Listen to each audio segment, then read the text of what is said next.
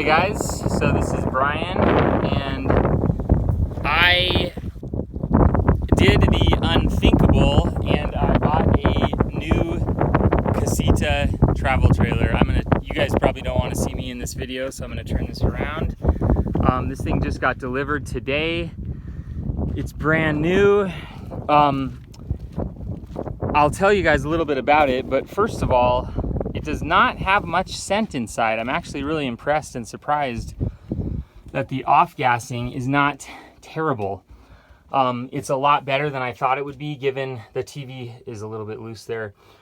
Given that it is brand new and that it's made out of fiberglass.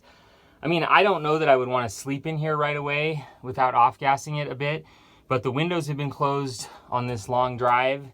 It was just delivered on a 1,000-mile drive, so the cushions are kind of put away. But the reason that I got this, check this out, it has a full bathroom. This is the coolest thing ever. It's like you almost feel like you're on like a submarine or like an airplane or something.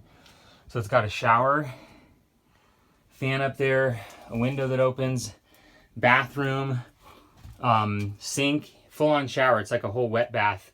So one of the reasons I picked the casita, I mean, this video, I'm going to have to make subsequent videos because there's a lot to talk about, but mold avoiders have done really well in these. They're single hull, so it's just basically a layer of fiberglass with a little bit of foam insulation and then this carpet. There's no hidden cavity where mold can grow. Of course, anything can get moldy. This can get moldy.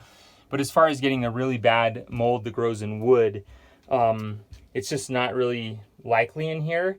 But another reason why I got this was because, well, so that's not really a full discussion of the construction. I'll do more videos with more details. Right now I'm just kind of getting used to it. But these things have bomber resale value, really, really good resale value. So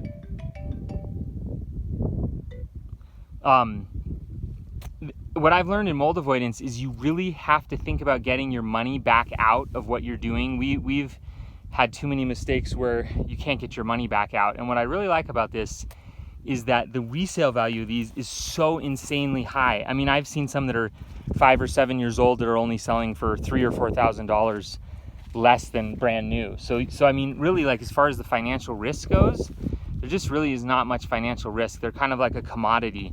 You know, I used to be really into boating, and I had a speedboat, and these fiberglass hulls, they just last forever. They're just like, you know, indestructible pretty much. They're kind of a commodity-like thing. Oh, this has an outdoor shower. This is really cool. So if it gets contaminated or you just want to rinse off or, you know, whatever, I've really wanted an outdoor shower on an RV. So why did I pick this? You know, we have our custom metal trailer over there. Why did I need this? Well, here's why. Because I have a number of sleeping arrangements where I can sleep in a very mold-free place. The back of my truck, the custom RV, a tent. But what I don't really have right now is utilities. I really need utilities. I really need a place to take a shower, a place to cook, and you know, just kind of life basics.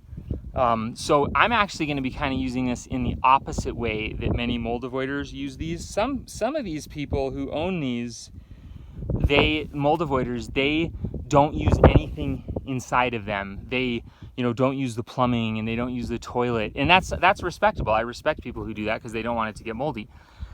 I'm going to kind of take the opposite approach and I've talked to people mold avoiders, experienced mold avoiders, who say that even when you use all of these, and even when there is a plumbing leak, it never gets really bad mold because there's just nowhere for mold to really grow. It might get a little bit moldy, yes, but you have to have utilities somewhere, right? You have to shower somewhere.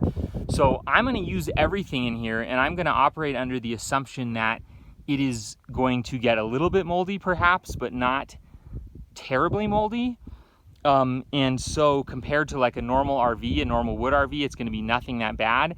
And that way I'm going to use it and abuse it and do what I need to do in there. And I'm going to use my truck or my metal RV for like pristine sleeping environment. And if it doesn't work out and it gets too moldy or something, then I'll sell it and I won't take a very big loss. So again, in mold avoidance, I'm trying to think about my expenses more in terms of what will I lose if this doesn't work out, rather than the upfront cost, because it can get kind of tricky. You know, a $20,000 RV with only a few $1,000s loss might be better than a $10,000 expense, like staying in hotels where you're never going to see that money again. That $10,000 in hotels is gone forever.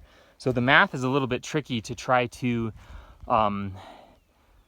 think about your long-term loss when you exit the unit, when you sell it, rather than just what is it costing me on day one.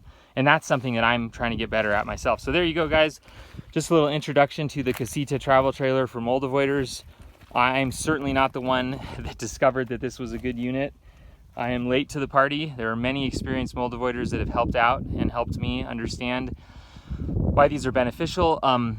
The Oliver travel trailer, there's a lot of these little fiberglass ones.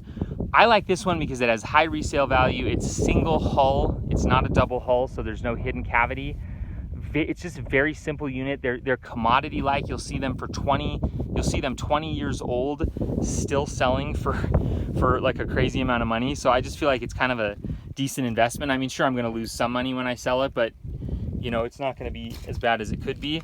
So we'll take one more look inside again here. There's a closet here. There's a dinette that converts to a sleeper, and another dinette that converts to a sleeper. So it's actually really flexible. There's a ton of big windows. There's a lot of storage up top. There's a furnace and an air conditioner. There's a fantastic fan, which is nice for this little small space. That fan can move a lot of air. But I like the layout in here. They sell them in a lot of different layouts, but I like this one because you have two dinettes that convert to two sleeping areas. So obviously my whole family would never fit in here, but in a pinch or on a trip, or just for like family dinners or something, you can seat 1, 2, 3, 4, 5, 6 people in here pretty comfortably. There's not a lot of room to move around and play, but you know, you could do it if you needed to. And there's a TV that's dangling that I have to fix. There's a full kitchen, sink, stove under here, propane stove, a hood with a vent, which is really nice. The vent is nice because you can suck out the fumes if you're cooking in here. There's a refrigerator, which I haven't even opened yet. Hopefully there's not like a dead body in there or something. And there is a microwave compartment, so you can get your own, you know, I don't even know how to work this thing yet. You can get your own, you know, $20 microwave at Walmart and put it in there. This, just so if people are wondering, this did not come contaminated with MT or with any other mold toxins that I can sense. That is amazing to have an RV that's not contaminated right out of the gates. So there you go. I will probably do future videos as I get used to this casita. The cushions, it looks like they stowed down there. Those cushions are going to go on top here. They just stowed them for the drive for some reason. So it's nice. You know, I'm used to living in a custom metal RV that's unfinished. It doesn't have the amenities. So this actually feels really cool in here. It's really well appointed. You know, it's got all the stuff. Would I sleep in it right away with the off-gassing? Probably not. But spending, the off-gassing isn't terrible, and spending, you know, a few hours a day in here, letting it off-gas, using it for showers. You know, I mean, mold avoiders know how important showers are, and just to have access to a shower is like miraculous, you know? A shower and a toilet, like you know. So it's kind of like, to me, it's really more of like a utilities unit. I mean, sure, some people, I respect people who want to not use the plumbing just to be extra careful. Totally respect that. Totally understand. But that's not what I need it for. Like, I need a place to, you know, have utilities. It's got all of the utilities that a house would have. Kitchen, bathroom, shower, stove, refrigerator, electricity, propane, AC, which hopefully I won't really use, but, you know, it's there if you need it. So there you go, guys. I'm going to stop this video at 10 minutes. And hello, I'm a little bit unkept here, just been doing the lockdown life. But yeah, let me know if you guys have any questions. Just had this thing delivered today. I'm pretty excited about it. I have a shower and a bathroom that's mold free. And I've been in and out of here so far for a couple of hours, and I'm having no reaction to it at all.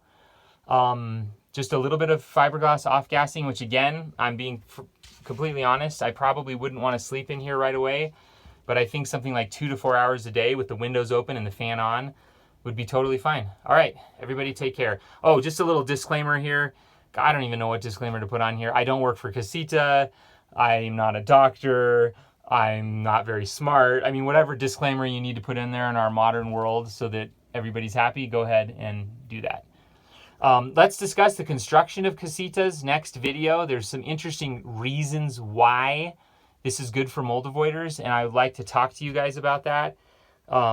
We should talk about that a little bit more. They put in a nice floor here. They changed out the floor to be this kind of wood tone nice floor. The really older ones had carpet, which I wasn't too excited about. By the way, I shopped for used casitas for a long time, and I came to the conclusion that the used ones, they hold their value so well that you might as well just spend the money to get a brand new one. Yes, maybe you have some off-gassing to contend with, but you got the warranty, it hasn't been broken, just, $2,000 or $3,000 more and you have a brand new one. So, all right, you guys, take care. Thanks for watching.